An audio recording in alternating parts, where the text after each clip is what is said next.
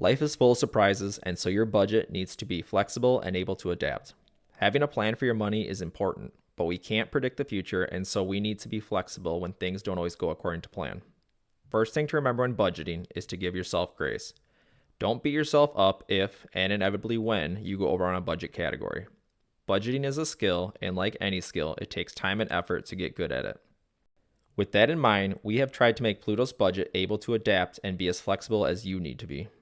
Besides just going into a category and manually modifying the budgeted amount, here are 3 techniques that you can use to help you quickly shift money around inside your budget.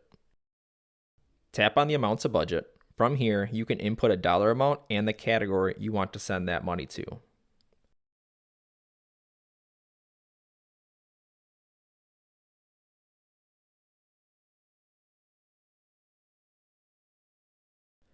Select a category. Tap on Fund Short.